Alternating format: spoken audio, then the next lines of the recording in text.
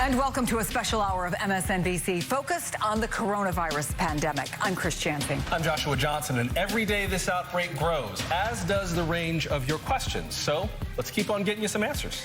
And while we do, keep those questions coming. Use the hashtag MSNBC Answers on Twitter, Facebook, Instagram. You can also email us, talk@msnbc.com. But there has been breaking news in just the last half hour. Louisiana is postponing its April 4th Democratic primary until June 20th because of coronavirus. The first time we've seen this from any state.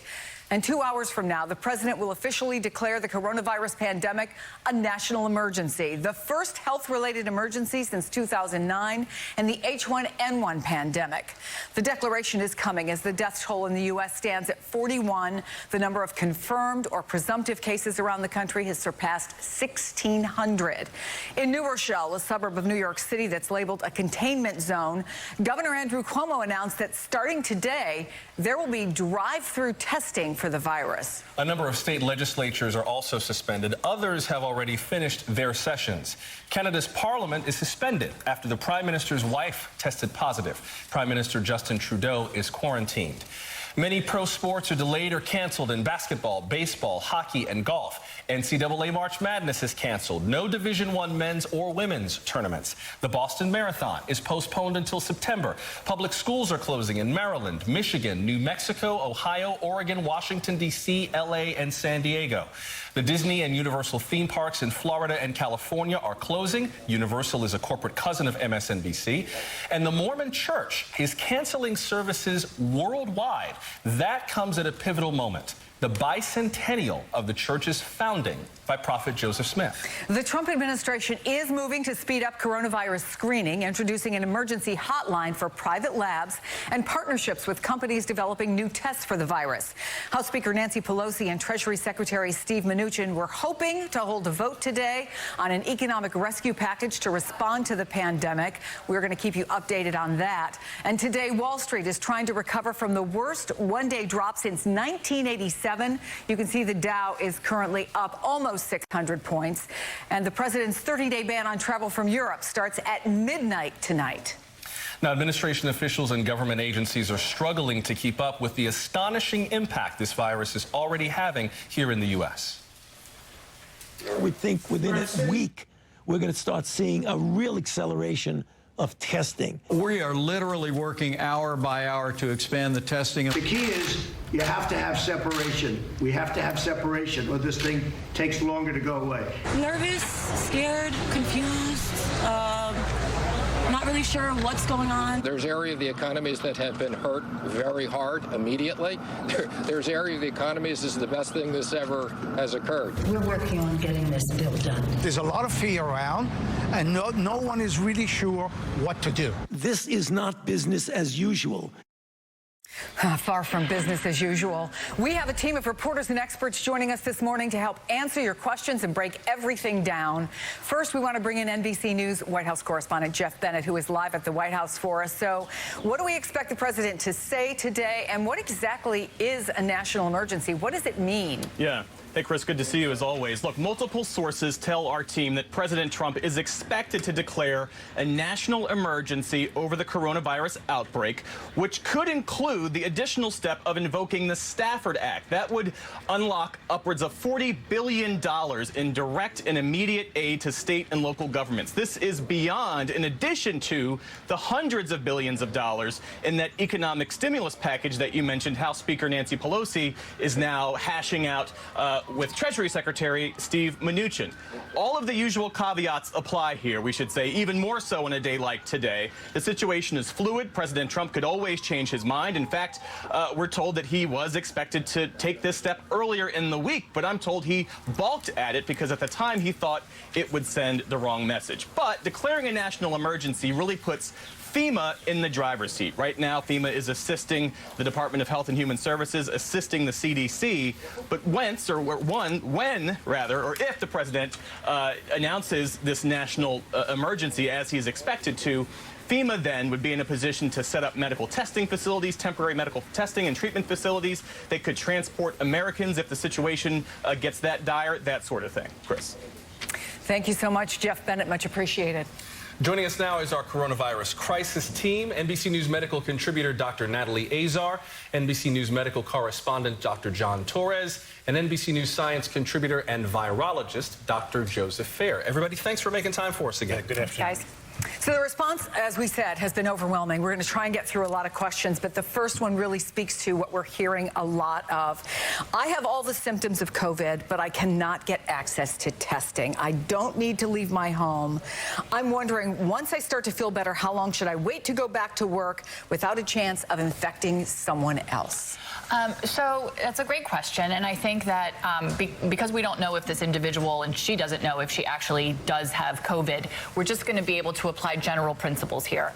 For the most part, when people are sick with a virus, including influenza, the recommendation, this is for adults and kids, is to stay at home, don't go back to school or work until you are at least 24, maybe even 48 hours, but at least 24 hours fever-free without using fever reducers like ibuprofen, Advil, Motrin, or Tylenol. We are getting information every day, more information about how COVID behaves, how long people can how long the virus can still be detected in their nasal swabs. And we do know that actually viral shedding can last for a few weeks after people clinically improve, but if they're still infectious at that point.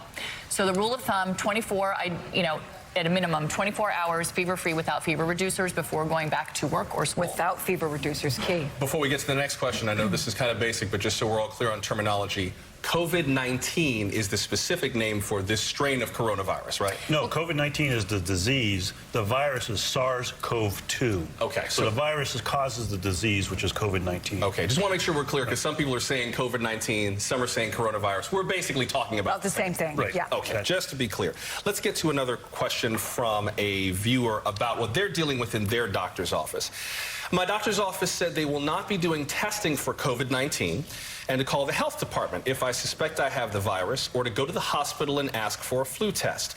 However, my local hospital system will only test seriously ill people because of a lack of tests, and says the test results take 5 to 7 days. I am 71 with COPD.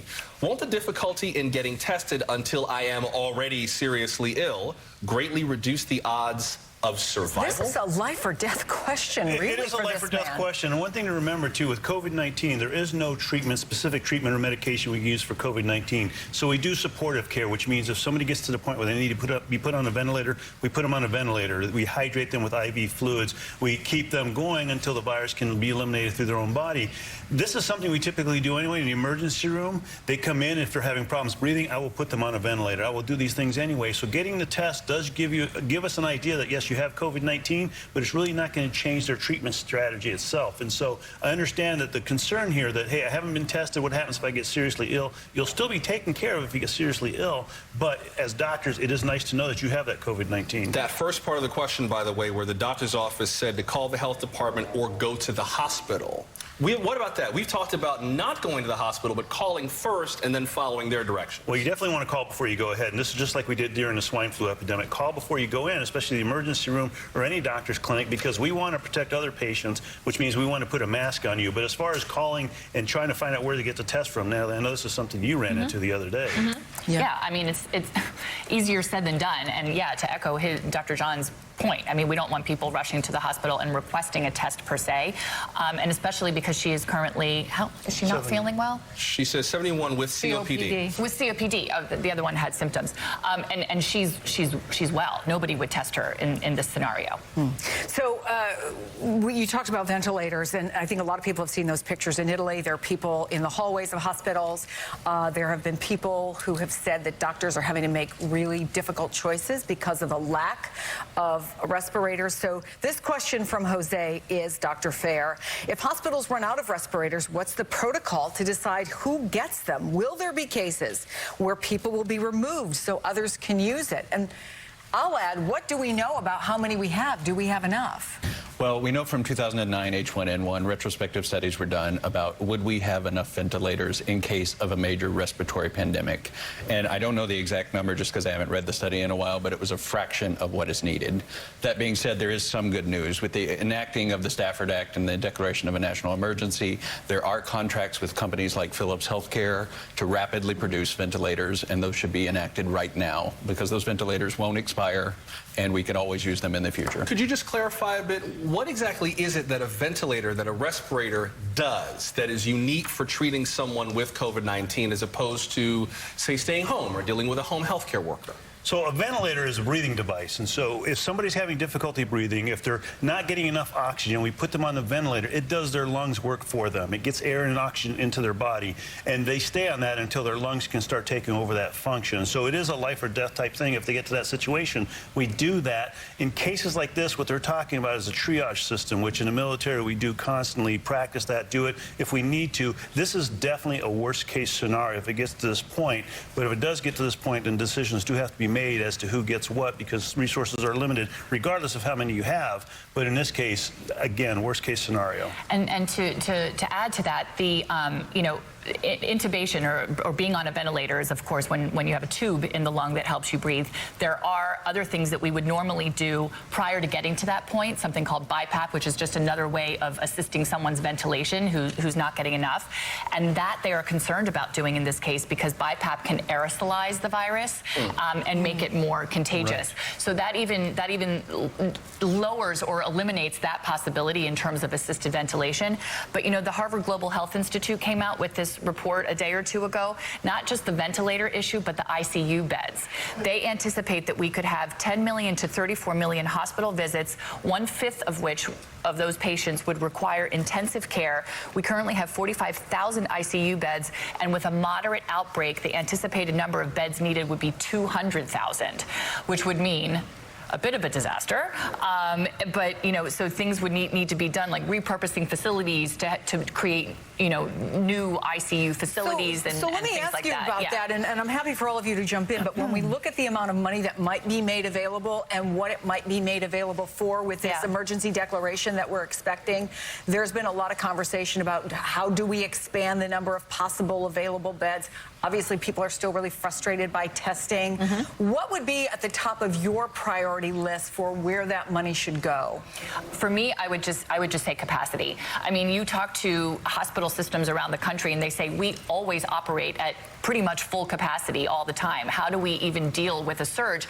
And hospitals do anticipate this, right? I mean, there is preparedness that they have these conversations all the time because of just influenza. They can surge there and need the bed. So they have plans, again, like repurposing this room and now they're going to make new, areas for this. But that's what would concern me the most. We also got a question about quarantines, about the nature of the timelines for quarantines, which is also, I think, the second biggest question we've gotten besides testing. El Marie asked, why do states and countries put timelines on quarantines? Italy is quarantined until April. The virus is not going away for months, so a timeline seems senseless. What timelines or measures would make more sense? And I think part of this is they're giving the public some kind of measure of saying, okay, this could possibly be over by April. If it's not over by April, you can pretty much rest assured the government's going to say, we're going to extend that timeline a couple more weeks. We know this is a 14-day quarantine period for people, incubation period for this virus. And so for the average person, if they get infected 14 days later, if they haven't gotten the disease, then they're pretty much clear. But as populations go, this kind of rolls through the population. So they have to give them at some point saying, hey, we think over 3 or 4 weeks we can get clear with this. They'll probably be assessing that as time goes on. We've got to move, but when you then look at the dates that various people have put on, for example, they're moving the Louisiana primary, we just found out in the last half hour or so. Are those dates generally almost best case scenarios?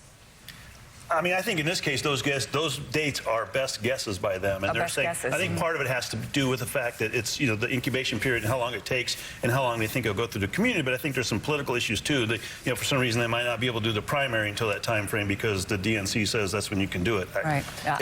I don't know the answer to that either. If I could just jump in on one point with regards to Italy. So Italy has a quarter of our population. They've just released $28 billion. We just heard the Stafford Act could release up to $40 billion.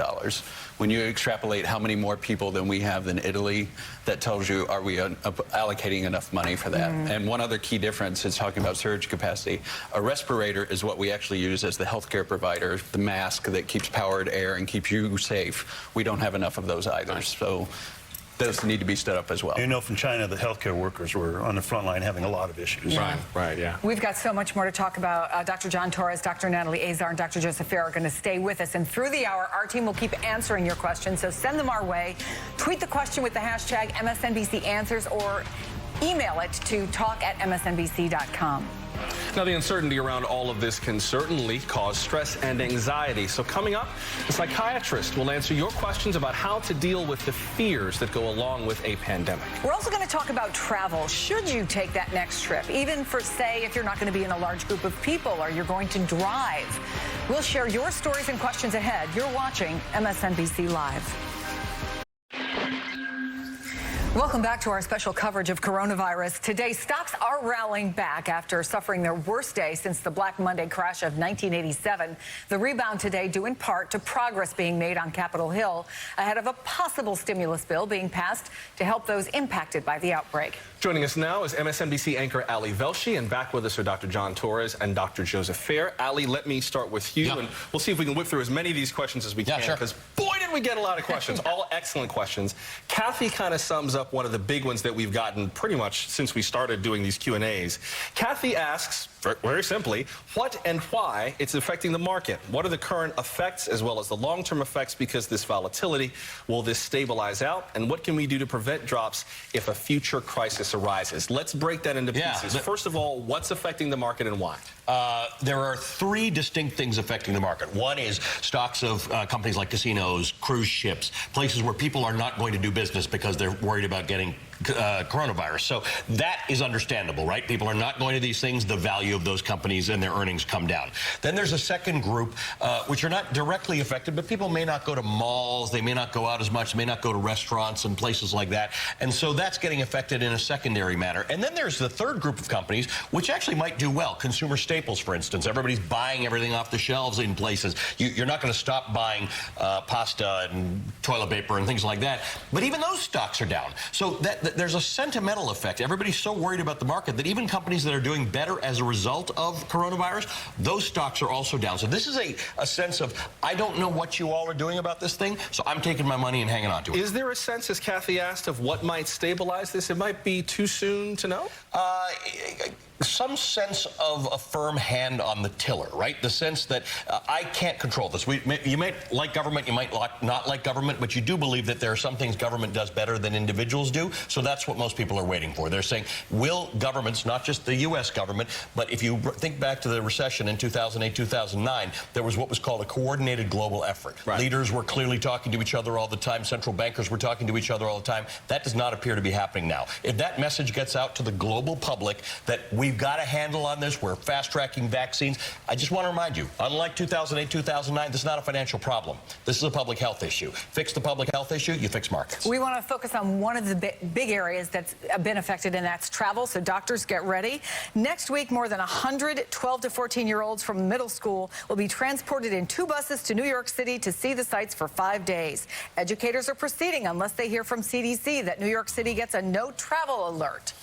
Well, this is a tough one because, number one, New York City is almost completely shut down. There's really nothing to do in New York City. So coming here, you know, just from that aspect, there might not be a whole lot for them to do. But also, you're talking about that close proximity because we're talking about social distancing. Can't do that. As long as the school itself hasn't been shut down, probably not a big issue. But when they get here to New York City, they also need to make sure they maintain that social distancing as they're going around the city and doing different things. If, on the other hand, between then and now, that school has a case, definitely should not be doing that because then they need to go ahead and shut down the school and take care of those kids instead of pushing other parts of the country. We heard from a long-haul truck driver named Glenn who has kind of a health and economic challenge. Glenn writes, I have RA, rheumatoid arthritis, and I'm very concerned about contracting the coronavirus.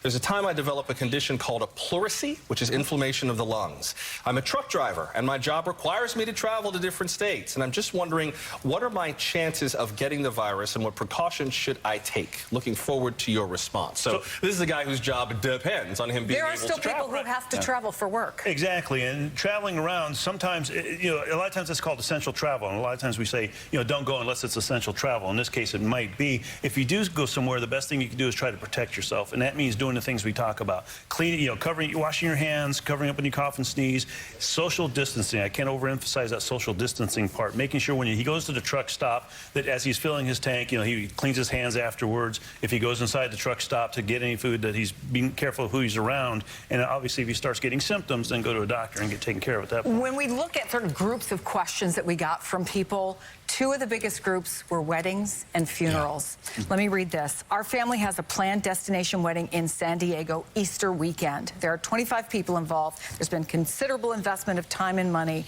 Should this event be canceled? No refunds are being offered. There were a number of other questions about elderly people going to funerals.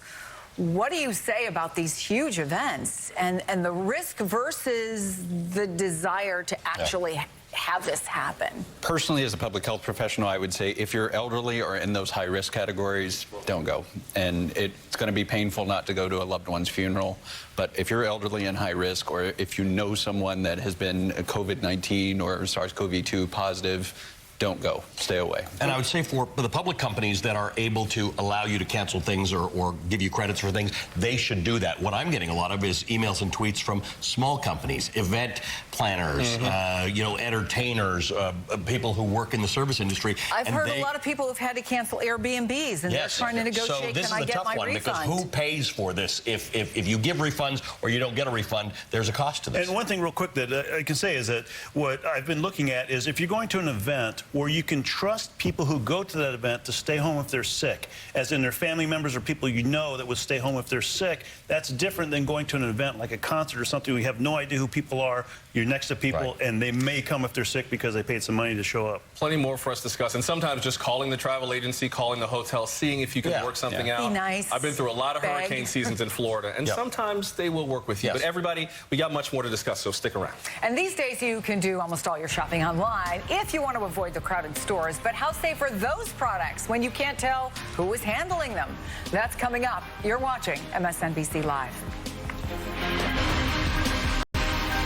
Welcome back to our special coverage of the coronavirus. One of the biggest mysteries so far of COVID-19 is the relatively low impact it's had on children. Now, the World Health Organization reports that 2.4% of the confirmed cases were in children. Of those cases, 0.2% became critically ill. China has also reported no cases of young children dying from the disease. And here in the U.S., there are also no reports of any young children dying. Joining us once again are Dr. Natalie Azar, Dr. John Torres, and Dr. Joseph Fair. We've got some short questions we want to try to whip through. We've got tons and tons of good questions that we just don't have time for. Yeah, so let's see if we can kick through real quick. Speaking of kids, should older grandparents avoid their grandchildren? Not necessarily, but not necessarily, but one of the things they should do is make sure they do that social distancing, especially if they have any kind of illness. Good luck with that, right, Dr. exactly. Torres. How long can the virus survive on fresh fruits and vegetables in stores and farmers market? And how should we be cleaning our produce now? Also, can we develop the disease if we ingest it in food? We don't know about the food part, new virus, new to science, but we keep getting the question, how long can it last? Focus on cleaning everything religiously. Don't focus on how long it can last. Focus on cleaning. This also kind of speaks to one of those potential weak links in the chain, is if the people who are handling the groceries and the deliveries are hand washing rigorously, coughing into their sleeve, then we're a little better off. But this is one of those where everyone becomes a link in the chain, and you don't want to be the weak link. Yes, exactly. Let's get to another question. Is it safe to buy products online? Speaking of buying products, is it safe to buy products online and handle the deliveries left at my door? I can't seem to get an answer about how long the virus stays on surfaces like cardboard, shipping boxes, and plastic. Dr. Azar, you raised your hand. I raised my hand. We actually have an answer to this now. Yes. From a couple days ago, the report was 4 hours on copper, 24 hours on cardboard, and a couple of days, I think 2 to 3 days on plastic and stainless steel, right? Oh. So that's the answer. So I think if you're being really really conscientious and someone delivers a package that's, you know, a box that's cardboard and you want to leave it for 24 hours, I don't really think Should I just wear Lysol it? gloves. Can I just... I'm really being a little bit facetious. I would not worry about packages being contaminated. By the time it gets to you, it's, you know... And if you're super concerned, wash your hands. Yeah. Okay. And just because it's there doesn't mean it can cause infection. Scrub for 20 seconds. Next question. People handling money, like cashiers, bartenders, waitresses, etc., should they be wearing gloves because of the money transferring? And we talked about this earlier. Money is one of the dirtiest things you're going to handle throughout the day. And so washing hands, wearing gloves, whatever it takes. Even if you wear gloves, you should still wash your hands once you get the gloves money anymore. off. Right. And they say, and the paper is porous. It's probably not a good host. This is my personal favorite question. I don't know why. Do the virus particles cling to beards, making transmission in either direction more likely? So it would be a good public health recommendation for men to be clean-shaven. Now, in my defense, I'm looking at a it took me a long time to not look like a 13-year-old anymore. So the more you can do to preserve my pride. Just answer the truth. To be honest, we don't know. But if the mucosal droplets are there on the beard, which they typically would be if you coughed or sneezed. I can feel that look on the side of my head. Go ahead, Dr. Faye. But the same thing is going to apply for your hands. Wash your hands first, then wash your face, and do it regularly. What are the recommended steps for users of contact lenses when it comes to disinfecting their hands, fingers, and nails before removing contact lenses from their case and inserting it into the eye? I think it would have to be the same. Simply clean hands? And that 20 seconds is something you need to do religiously just to make sure, scrub under the nails before you and if you do the thing where you drop the contact on the bathroom floor. Let it go. Let's get to a few more quick questions. Should Americans stay home and only go to the grocery store, regardless of them having the virus or not? No, that's going to disrupt society overall. So it's not something that we can do, but definitely think about where you're going. Here's another one from an elderly woman. I'm a 77-year-old woman in good health. I swim 3 days a week at a community center indoor pool. We share a locker room with a gym and a large exercise room. Is it safe for me to continue during this epidemic? Please do not tell me that I have to stop going to the gym. That is a sanity saver, especially now. I was just told that some buildings in New York have closed gyms. I'm sure it's not only New York. I know. We've been getting this question all the time. It's like people over the age of 60 who are otherwise healthy, and we keep telling people over the age of 60 and your immunity declines. No, I don't think anyone's telling people who are over the age of 60 to never go out again. I just think that, you have to be a little bit more thoughtful about where you go. Crowded places increases the risk of exposure. And so maybe minimize those. But people also are arguing, you know what? Exercising improves your immune system too, but maybe you can balance it with, doing some stuff outside, walking, maybe just for the next few weeks or months until things And the one thing settle I would recommend is if she can avoid the locker room, just go there, dress before you get there and dress back at home. And the other thing is, please, when I go to the gym, nothing gets me more nasty than people not cleaning off their exercise equipment. Please clean off your exercise I'm going to amen that one. Yeah. Please, wherever you are in the country, if you do not wipe down your equipment, you are not my friend. Wipe down the equipment. It takes 3 seconds. This is a public service announcement from everybody who goes to the gym. Stay with us, everyone. Welcome back. House Speaker Nancy Pelosi will be delivering a statement on Capitol Hill at 2 o'clock Eastern today regarding a bill that's aimed to help Americans impacted by the coronavirus outbreak. It's called the Families First Coronavirus Response Act. Negotiations have been ongoing between Pelosi and Treasury Secretary Steve Mnuchin, trying to come to an agreement on a bill to provide relief for Americans impacted by the outbreak. There is hope a vote could happen today, but this is still a fluid situation, may change throughout the day. Now, joining us now is someone who will be voting on this bill. It's Democratic Congressman from New Jersey and a co-chair of the Problem Solvers Caucus, Representative Josh Gottheimer. His district has a cluster of coronavirus cases. Representative, welcome to the program. Thanks for having me. Let me get an update, if I can. What can you tell us about where they are in these negotiations, and is it possible there could be a vote today? I think there will be a vote today. It's been touch and go for the last 24 hours, where we hear it's done and then it takes a step backwards. But I'm really confident, based on talking to my Republican colleagues, that everybody wants to come together and get this done and make sure that we start helping people immediately in every which way possible. To your understanding, was paid leave the sticking point? It's one of the sticking points, but I think that's going to happen. We need some version of paid leave. You really want to make sure people stay home if they have to, and they can stay home. And we don't want them going to work, and that's really important.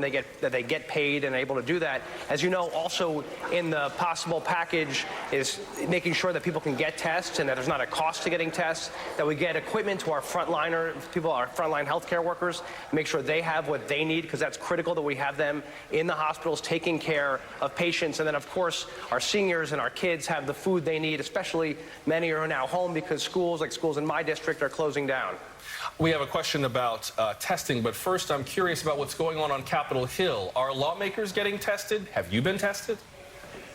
I have not, but of course we're following the protocols that they've set in place. So if you're not feeling well, you do what we encourage every American to do, and make sure you contact your care provider and take the necessary steps. And of course, do not go to work. Right? If you are not feeling well, don't go to work. One of the questions we got has to do with federal lawmakers. One of our viewers asked, have the senators in self-imposed quarantine been tested? And if not, why not? Have President Trump and Vice President Pence and the administration been tested for coronavirus? If not, why not? I mean, I hope they've gotten tested and then taken the appropriate steps. You know, this gets to the question of test kits, but also processing test kits. I was on the phone with several of my the head doctors in our hospitals this morning, as I've been on nearly every single day. And what we're hearing, as I'm sure you are, is that there's simply not enough test kits available, and the processing when you can get tested is taking 3 to 4 to 5 days or more. And of course, the CDC itself is very backed up. For the 29 cases in New Jersey that we've sent in or more to the CDC, we've not received any firm confirmations back, which is why they're presumed positive right now. So there's a lot of backup. And if we're going to scale up testing, one of the key pieces of this, as you know, is making sure it's not just giving the test, but making sure that we can get that test processed in time. Right. Let me ask you about money, because that's obviously a big concern for a lot of people. And this is a question from Daria in Los Angeles. Are there plans to offset the closing of offices of financial institutions, financial houses, and agencies like Social Security to keep payments coming to people who count on them? Can you put people's minds at ease? Well, I think Social Security and Medicare and essentials like that will keep moving, of course, as they must. One of the, there's two pieces that we're looking at this. One is today making sure we get that essential testing done and, of course, family leave done so that people can be home who need to be home and get tested, and make sure our frontline workers, healthcare workers, have what they need. And there's going to be a second piece of this, which I think will come up soon, which is how do we make sure that our small and medium-sized businesses are able to stay afloat, that people don't lose their jobs during this process. That's key to our economy. So I think we're going to be looking at this in two pieces. Just today, I put out a letter to the IRS with Paul Mitchell, Republican, who is asking the IRS to delay for 90 days there are, of course, requirements that come on April 15th to file. So we're delay filing for 90 days, because I think we need to make sure people have time to do what they need to do, and also to have the resources to pay their workers and to stay in business. We got a question from a listener about some cuts that have been made in the last few years. The listener asks, or the viewer asks, you can tell I come from radio. The viewer asks, do you think the cuts this administration made to the Centers for Disease Control contributed to the outbreak of the coronavirus? We do know, just by way of context, that under the Obama administration, there was a smaller directorate created within the National Security Council specifically to deal with global public health threats. That was dissolved under the Trump administration, but there may well have been other cuts that this viewer is referring to. Congressman? You know, Kenley, I don't think this is the moment where we should start pointing fingers at each other. There'll be plenty of time to go reassess the impacts of different budget decisions. I think more than anything, we need to come together as a country, Democrats and Republicans, stop pointing fingers, as we did last week around the $8 billion emergency package we were able to get out by coming together. I'm hoping we'll have that same bipartisan spirit to tackling this crisis today. We got to look forward. We got to do everything we can to contain this virus, to help people who are sick. You know, we've got a lot of the hospitals in my district told me this morning they're running low on, they're worried about vents, they're running low on masks, right. They're running low on supplies, they have too many coming in. We got to work about how we're going to solve this problem, and then we can go back afterwards and assess what happened. Congressman, I know we got to let you go in a second, and I hear where you're coming from, but if my mother was in the hospital and she got sick because somebody made a mistake, the hospital administrator's not going to say, well, Joshua, we all need to pull together right now and make sure your mother gets well. They're going to understand that a lawsuit is on the way. Shouldn't somebody be looking at why things went wrong up to this point, even though we still have to solve this problem? Of course, and we're doing that, and we're looking at it, and we're going to do all the forensics we need to make sure we understand so that we are prepared. Obviously, test kits and other issues that I would expect that we have had in place are not there. Do we have all the supplies in place? Do we have all the plans in place? But what's essential now, and if the president declares a state of emergency, that we get out as many resources as possible, as many kits, as many healthcare workers. We're hearing that we're short on healthcare workers because many are sick. Those are the things that we've got to deal with right now, and I want to put every resource resource all together to get people out, to take care of people, to stop the spread of this virus, to contain it. To me, that's what's essential. We should put every brain cell we have behind that task at hand. It's why today it's important we must come together and pass this in a bipartisan way. We need the president to sign this. We need to get these resources out the door. That's New Jersey Democratic Congressman Josh Gottheimer. Congressman, thanks for talking to us. Good to see you, Thanks Congressman. for having me. Good to see you. Welcome back to this special hour focused on answering your questions about the coronavirus. And a question we keep getting over and over again is about the handling of stress in everyday life in this time of coronavirus. And you know what, Chris, if you are feeling stressed or scared or punchy about what may happen next week or tomorrow or tonight, go easy on yourself. Yeah. You are not alone. This is legitimately stressful. Now, virtual therapy companies are reporting a big spike in business, and the problem is so pervasive. The World Health Organization is acknowledging that coronavirus stress is a global problem. They even released some tips, including seek information updates at specific times during the day, once or twice. The buddy system helps to provide support, monitor stress, and reinforce safety procedures. Maintain familiar routines in daily life as much as possible, especially if children are confined to home. And finally, be empathetic to those who got affected in and from any country. Those with the disease have not done anything wrong.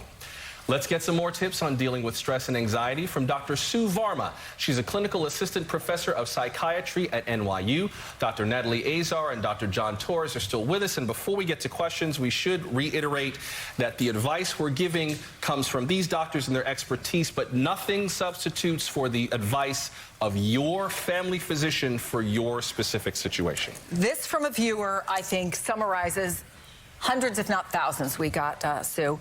My stress level is high, and this pandemic is just starting. What are some practical tips to reduce anxiety during these uncertain times? Yes, and you hit it on the head when you talk about uncertainty, because that really is the root of all of this, right? So even people who don't have a history of mental health disorders, who don't have anxiety or depression, are saying that they're experiencing extreme stress. And this can affect their sleep, their concentration, their mood, their memory.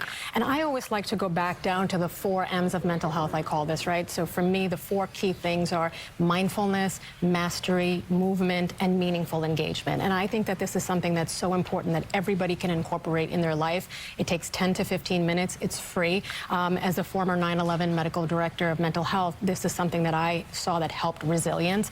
We know that people coming together, even if we have to stay 6 feet apart from each other, I still think that you can do FaceTime digitally. You can stay connected to people. There are apps at Calm, Headspace, using them at home, exercise apps to do, and thinking about past things that you've overcome. Resilience is a really important part of mastery. Repeat that list one more time, those 4 M's. Yes. So mindfulness? Mindfulness, movement, mastery, and meaningful engagement. What do you mean by mastery? Yeah, so mastery could either be something that you're good at. So if you happen to be stuck at home, right, think of the other things that you can do that are cooking or cleaning, creative, writing, expressing. This is a potential time to engage your mind in some way. It also forms a form of distraction. But mastery is also about thinking what you've overcome in your life, right? So one of the feelings that leads to post-traumatic stress disorder is a feeling of helplessness, powerlessness, which also leads to pessimism, which also leads to depression.